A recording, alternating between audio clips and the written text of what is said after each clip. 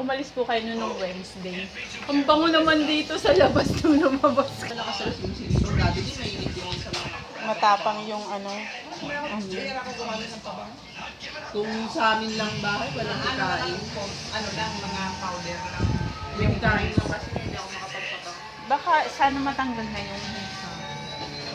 Pag niregla yung mawawala. Ay, babe, malapit na pala, babe. Matatanggal na yan.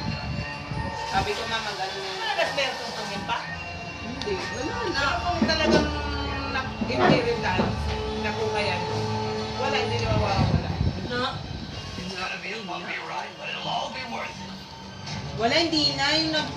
Yung nandito si Archie kasi, diba, ang baho ng mga bagay niya. Iba yung ano, Amoy yung naamoy niya, kaya sinumpong na naman siya. Kahit ako nun, nasusuka ako sa amoy ng bagay. Bakit niya sabi ko, yung baho ng ano.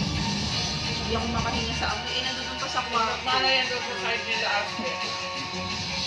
Hindi na yung mabaho.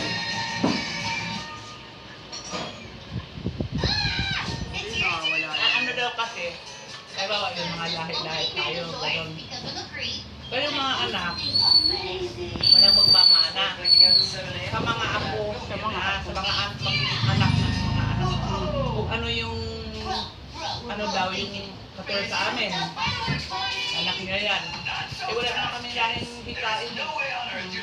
Ba?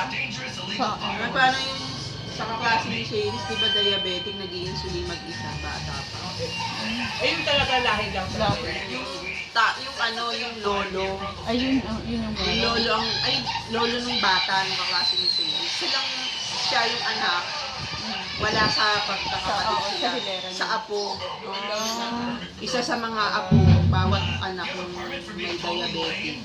Nagkakaroon. Ayun. Kaya yun, 7 years old. Pero kung may bagong insulin, edad mo ay 50 plus ka na nagkaroon, hindi ka diabetic. Na ano lang, nakuha lang sa... Walang kapagtanda. Sa mga, anong parang pasma na. Kaya yun yung pag sinabing vaccine. Ano sabi sa akin ng doktor, hindi ka naman talaga, dahil kung talagang lahi ninyo yan, edad 20 mo pa lang meron ka na.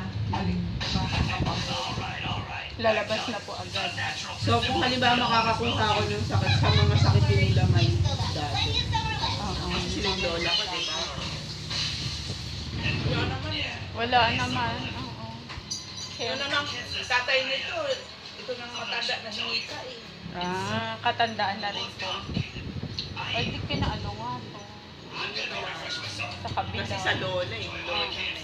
Nilola niya. Hindi namin babae, mula maliit pa, mayroon na hindi. Nagkaroon din ng mag-ano, trabaho daw sa ano, kapakbo.